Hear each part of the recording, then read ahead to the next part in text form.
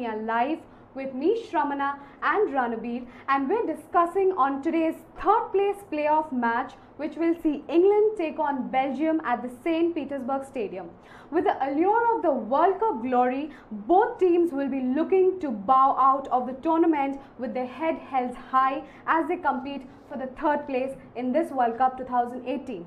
In some ways, it could be one of the toughest games a player will have to prepare for. Having come so close to sporting immortality, Belgium and England must now recompose themselves to go in search of what will be a high watermark for at least 2 generations of fans, or even the greatest ever footballing achievement.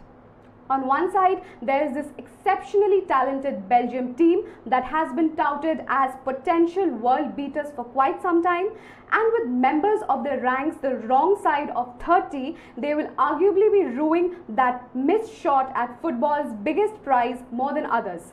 And on the other side, the England squad, one of the youngest ever to appear at the finals, while the sense of at least the last chance is not there, one of a missed opportunity is. So in such a scenario, Ranabir, how do you think today's match is going to be for the combat? How interesting it's going to be? Well, like all tournaments, I would say that third place matches are very difficult because the biggest problem is all about motivating your players.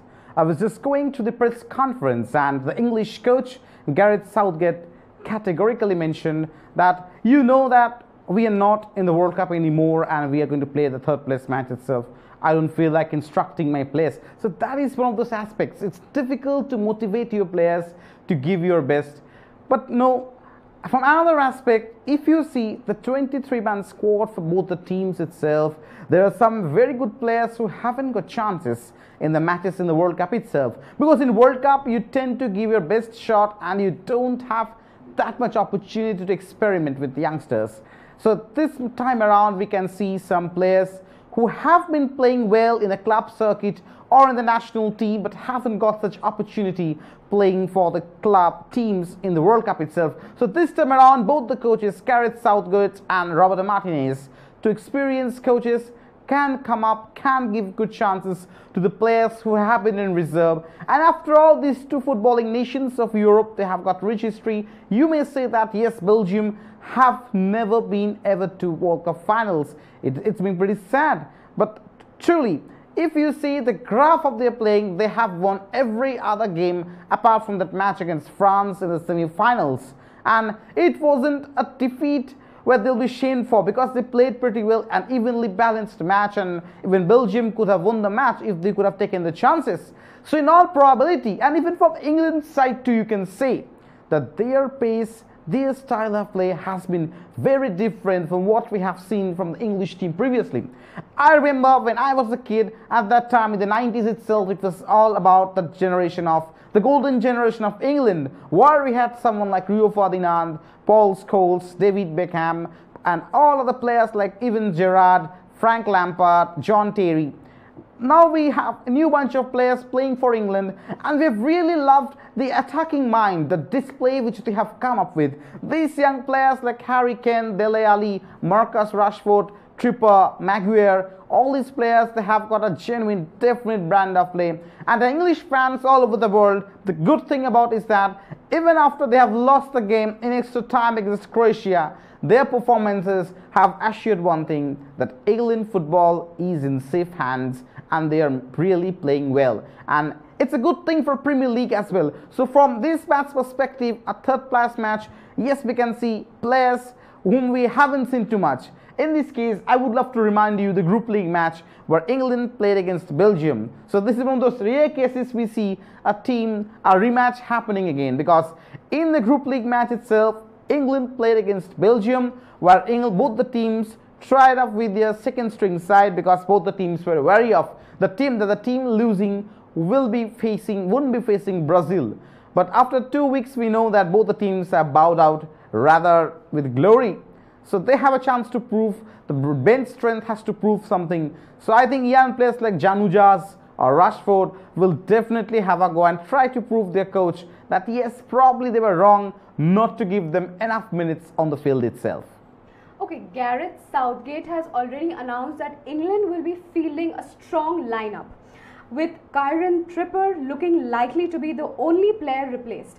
What possible effect it might bring out on today's match? Well, Kieran Trippier's magic goal in the last match itself, the way he bent the free kick, it reminded definitely to us of David Beckham, who had his typical trendy style of scoring via free kicks. But I don't think it would be a problem because they have got similar players, and don't forget that they haven't played players like Gary Cahill and others who have been pretty well in the defense itself. So they have the luxury to come up with so many substitutes as for this match is concerned. And from Belgian side also, I think, yes, it's difficult to say that we'll be coming up with something a second string side. I think both the coaches are definitely going to have strong sides. Rather, they may give opportunities in the second half or something, but that won't be diluting the contest which we'll be seeing today among these two strong European nations with their distinct brand of football.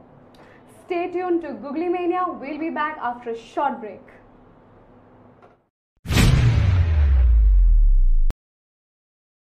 जिक्र जब भी GST की होती है तो नजरें ढूंढती हैं जीएसटी दोस्त विकास धनानिया को।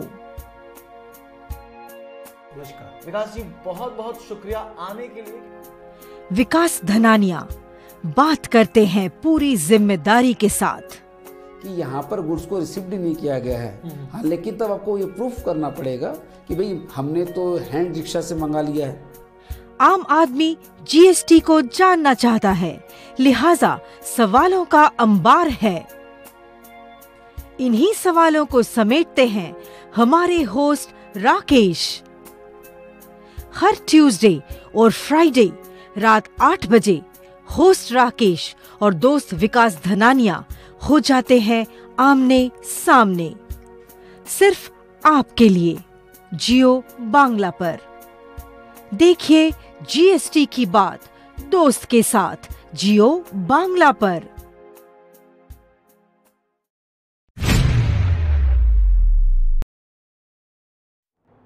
Welcome back to Googly Goals, brought to you by Googly Mania Live.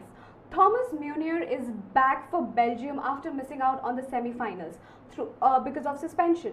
So do you think it might affect the Belgium team today? No, I don't think the team, they're going to change the formation altogether, because after all, they didn't face a humiliating defeat against the Les Blues in the semi-final. But truly, Roberto Martinez can bring in some young players altogether, young players.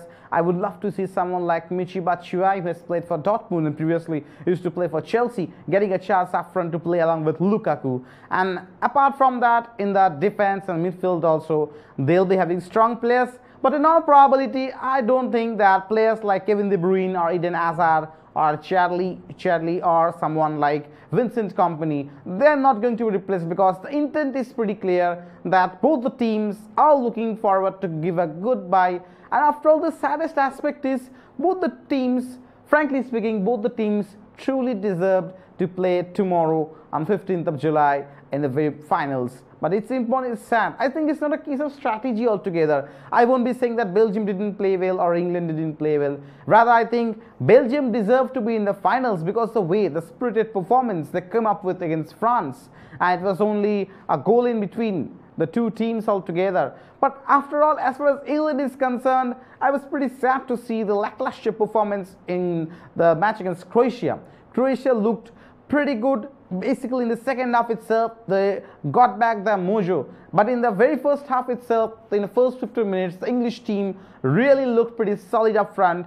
But thankfully, some individual performances are there. I'm pretty sad that why they could have come with better performance altogether. But anyhow, this is World Cup altogether.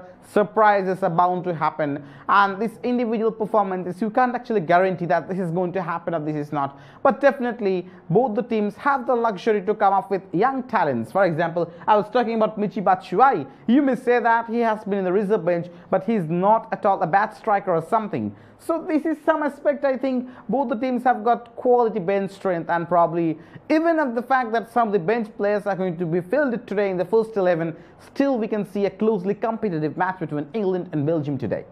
Okay, this is the second meeting between the two teams in this year's World Cup, with the first match ending 1-0 in favor of Belgium.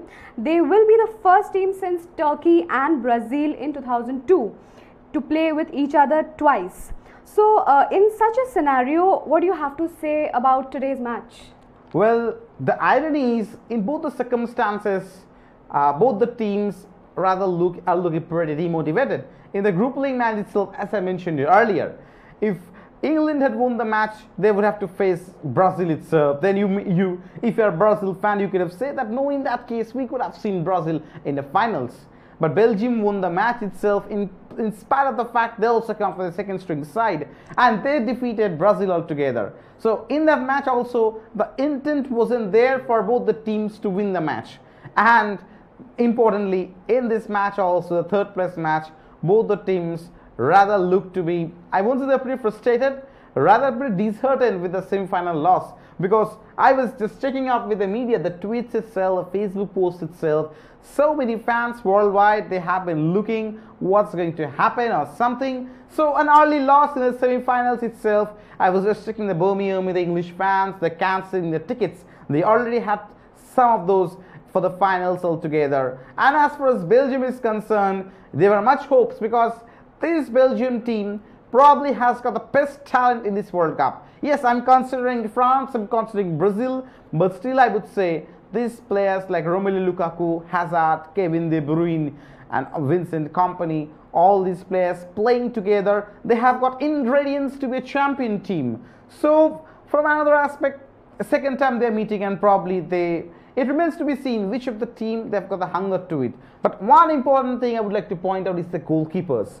Two goalkeepers, one on the other hand Thiago Courtois, and on the other hand Pickford. These two goalkeepers, both of them have a fantastic throughout this World Cup. Especially the game against Brazil. I remember that Courtois came up with something around 12 to 14 saves, and Brazil could have won the game by something around 4 goals or 5 goals if Courtois couldn't have saved them. And Pickford also has been pretty instrumental in English proceedings in this World Cup, because for the first time we saw that English looked pretty dominant playing in the tiebreaker. So that is one thing I think that's a brighter aspect, the goalkeeping positions. Altogether, both the teams have nothing to lose today, and probably that actually remains as a statement for today's third place match. Okay, Harry Kane is the leading scorer of the World Cup with 6 goals and is poised to be the first English player since Gary Lineker to win the Golden Boot, with his only competition being the Belgian Romelu Lukaku. So who do you think might get the Golden Boot? Okay, so if Lukaku has to get the Golden Boot, he needs to score a hat-trick today, and Harry Kane doesn't need to score a goal. Only in that case, Lukaku's tally of 4 will get to 7 and Harry Kane will remain at 6, which doesn't seem to be that probable because the English defense looks pretty solid with players like John Stones and Maguire and other players.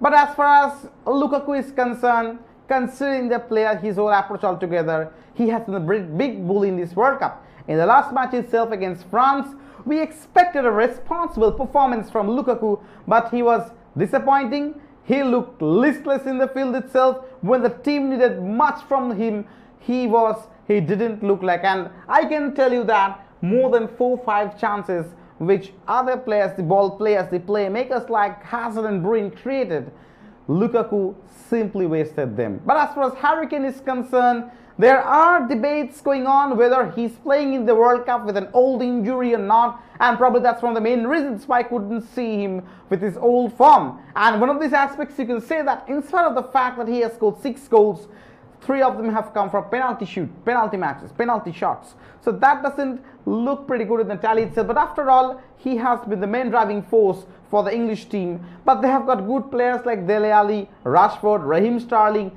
So I don't think, even if Harry Kane plays today, it won't be easy for him to add his tally. But as far as Lukaku is concerned, well, it's going to be Roberto Martinez's decision whether he's going to persist with Lukaku or he's going to give any chance to the youngsters to play for the Belgian team today. Well, today's match is so interesting that we can go on and on about it, but I'm going to take the last question to Ranubir. What do you think might be today's match's predicted scoreline?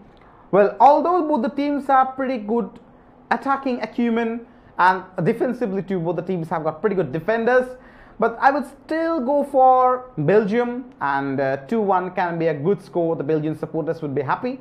And to some extent, the English players look pretty motivated, especially the hype that they got in the national media, English media basically. So I think 2-1 victory for Belgium would be a solace, a consolation victory for the Red Devils for this year's World Cup. And hats off to them for the spirited display throughout this World Cup. And also, probably we have seen the dawn of English football with this display of Gareth Southgate's team at this year's World Cup in Russia. Well, that was a really interesting conversation. Thanks for joining us, Ranabir. Hope you guys enjoyed this episode of Googly Goals. Don't forget to follow us on Facebook, Instagram, Twitter and YouTube. Till then, go watch the match. Take care. Bye-bye.